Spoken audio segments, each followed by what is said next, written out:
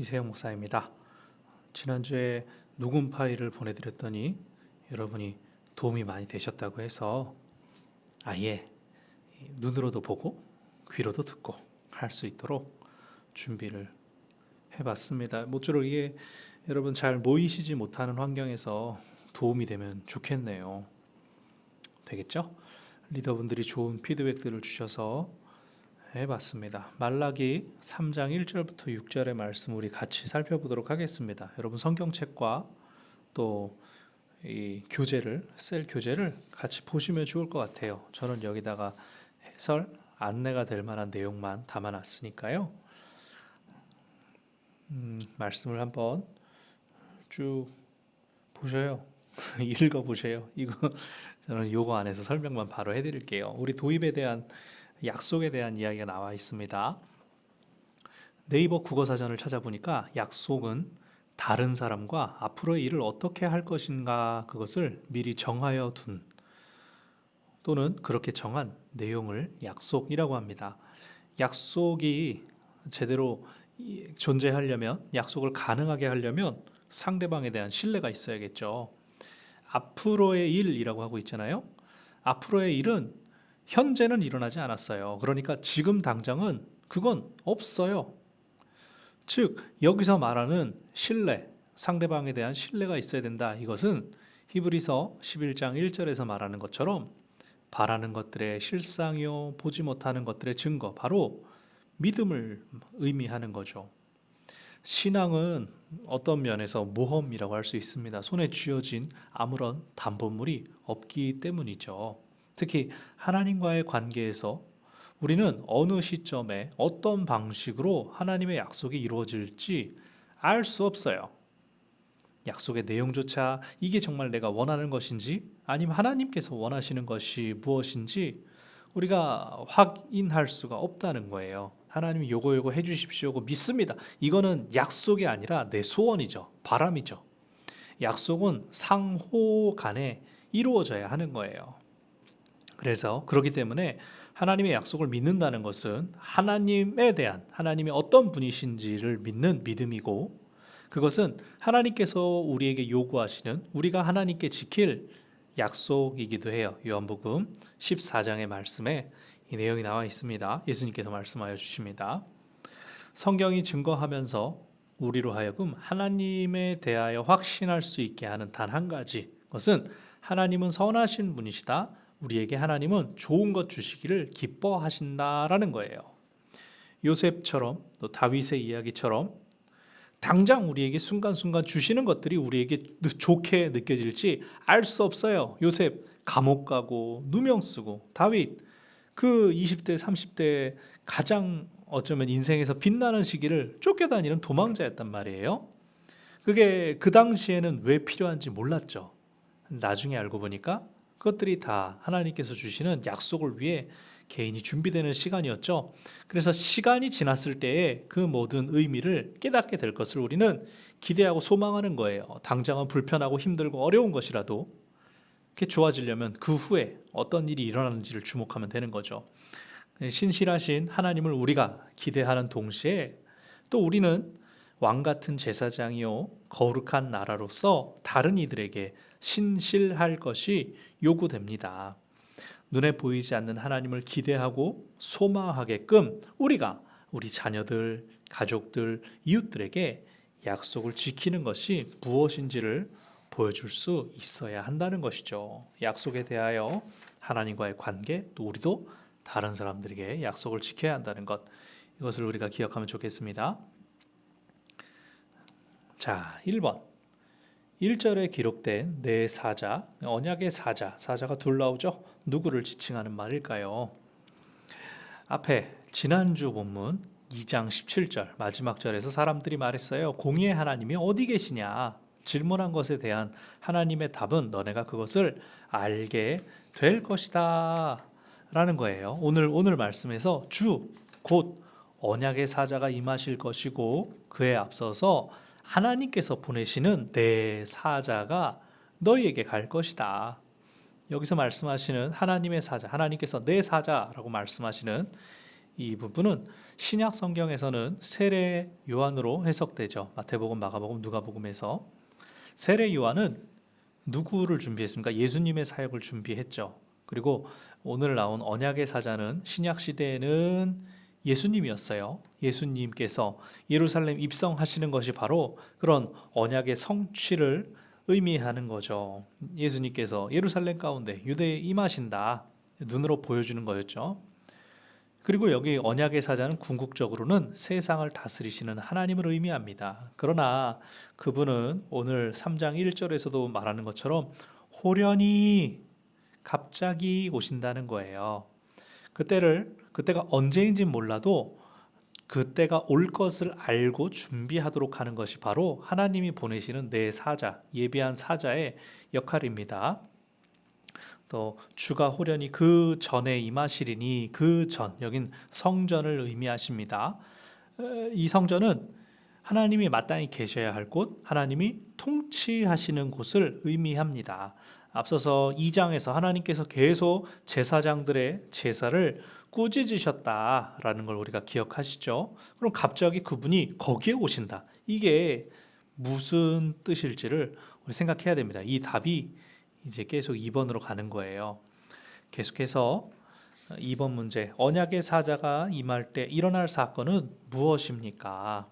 위의 질문 그대로 이어가고 있죠. 계속해서 이 말씀도 2장 17절과의 맥락에서 살펴봐야 됩니다. 사람들은 17절에 2장 17절에서 세상에 이렇게 못된 사람들, 행악하는 사람들이 너무 많지 않냐? 공의의 하나님 어디 계시냐라고 말했어요. 근데 역설적이게도 갑자기 오시는 공의의 하나님은 세상에 행악하는 자들뿐 아니라 하나님의 계심을 의심하면서 형식적으로 제사한 이들, 율법을 문자적으로만 지키고 정신은 지키지 않은 이들, 왜 이혼에 대한 이야기가 지난주에 나왔죠? 그러면서 우리는 여호와를 괴로우시게 하지 않았다라고 한 이들까지도 심판하신다는 거예요. 그날에 누구도 하나님의 임재를 감당할 수 없을 것입니다. 2절에서 오늘 3장 2절에서 하나님의 심판은 연단하는 자의 불 그리고 표백하는 자의 잿물로 비유됩니다. 불은 성경 곳곳에서 순수한 금속을 재련하기 위한 도구로 표현돼요. 여기 연단하는 자가 대장장이 같은 그런 이미지죠. 그리고 잿물이 나오는데 잿물은 율법서에서 더러운 것을 씻어내고 또 부정한 것을 정결케 하기 위한 그런 도구로 등장합니다. 표백하는 자는 이제 빨래하는 사람이거든요.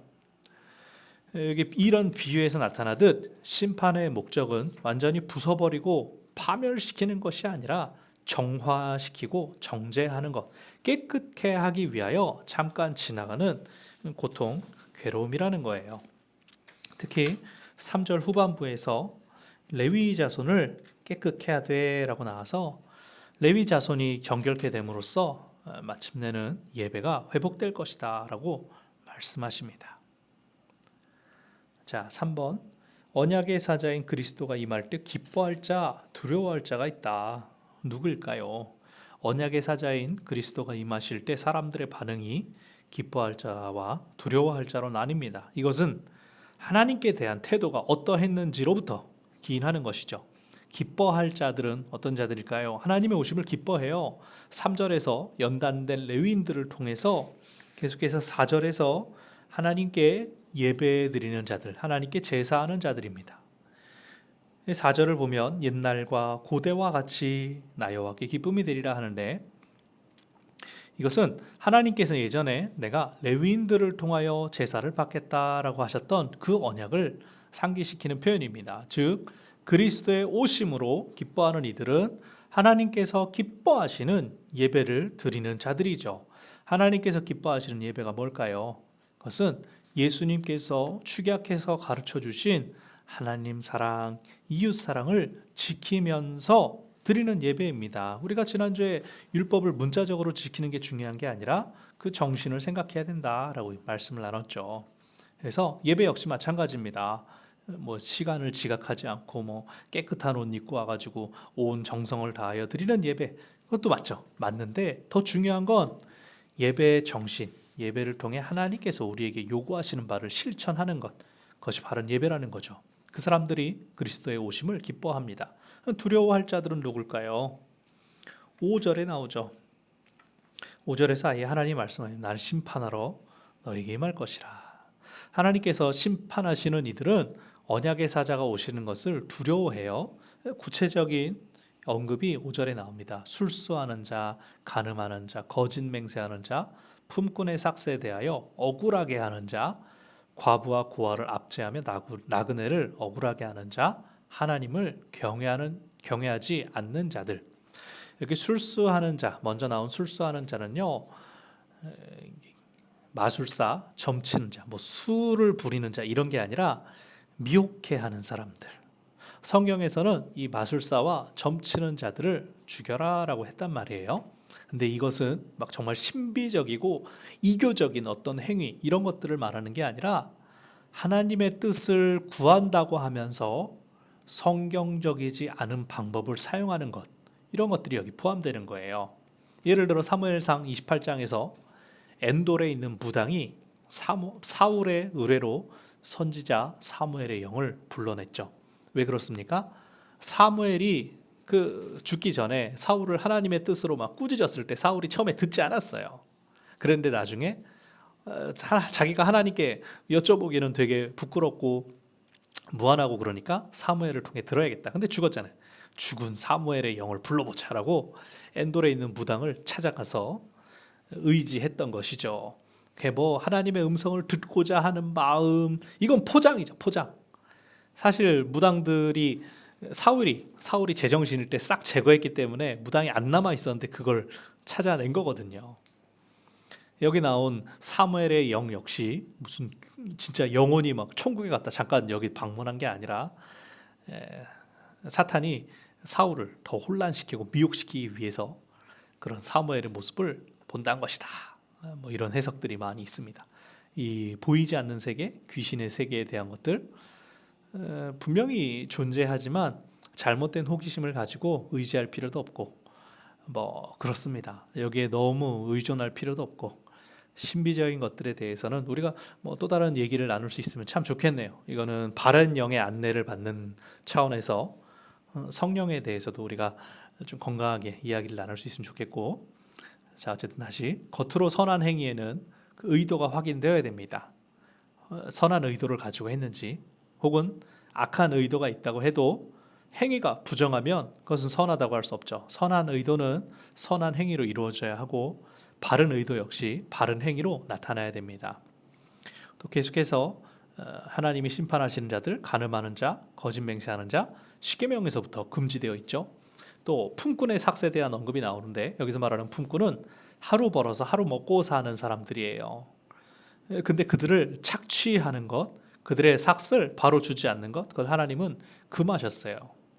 과부, 고아, 나그네는 성경에서 나오는 전통적인 약자의 상징들입니다. 하나님은 늘 이들에 대한 관심을 갖고 계셨습니다. 이 사람들을 우리가 잘 돌보고 또 도움을 줘야 되는 책임이 있습니다. 지금 뭐 무조건 또 과부만 찾아가고 고아만 쫓아가고 이게 아니라 우리 주변에 있는 약자들, 약한 사람들을 외면하지 않고 억울하게 하지 말아야 된다는 거죠. 이상에 언급되는 이 악을 행하는 자들이 하나님을 경외하지 않는 자고 그들은 심판을 받게 될 것이므로 언약의 사자가 오시는 것을 두려워한다라고 나옵니다. 자, 4번. 야곱의 자손들이 소멸되지 않은 이유가 어디에 있습니까? 자, 심판이 왜 두렵습니까? 심판이 찾아올 거야. 너 심판받을 거야라고 하면 왜 기분 나쁩니까? 그 이유를 보장할 수 없기 때문이죠. 심판 꽝 하면은 왜 재판정에서 징역 그러면 바로 교도소로 가는 것처럼 이후를 보장할 수 없다는 것, 심판을 두렵게 합니다. 근데 하나님은요, 오늘 6절에서 소멸되지 않을 것이다, 남겨두겠다라고 말씀하시는 거예요. 왜요? 2절에서 앞서 살펴본 것처럼 심판의 목적은 파멸이 아니라 정화예요. 그냥 돌덩이로 놔두는 게 아니라 그것을 고통스럽게 깎아내고 쪼아내서 아름다운 예술 작품을 만들겠다는 거예요. 6절에서 말하는 것처럼 하나님은 근본적으로 변혁지 아니하시는 분, 변하지 않으시는 분이에요. 이것은 하나님께서 처음부터 이스라엘 민족을 지극히 사랑하셨다라는 것을 우리가 기억하게 합니다. 하나님은 그들이 강하기 때문에 선택해서 잠깐 힘을 꺾으신 것이 아니라 처음 부르셨던 히브리 사람 아브람, 불임이었어요. 나이 들었어요. 근데 그 사람을 불러서 언약을 맺으셔서 자녀를 낳고 또 자녀들이 많아져서 한 민족을 이루게 하셨죠.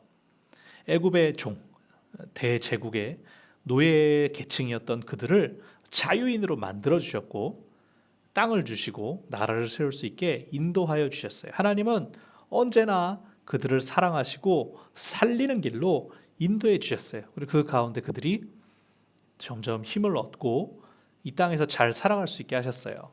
하나님께서 복을 주시는 방법에 대해서 부자가 되고 뭐 무조건 성공 이게 아니라 이전과 어떻게 달라졌는가.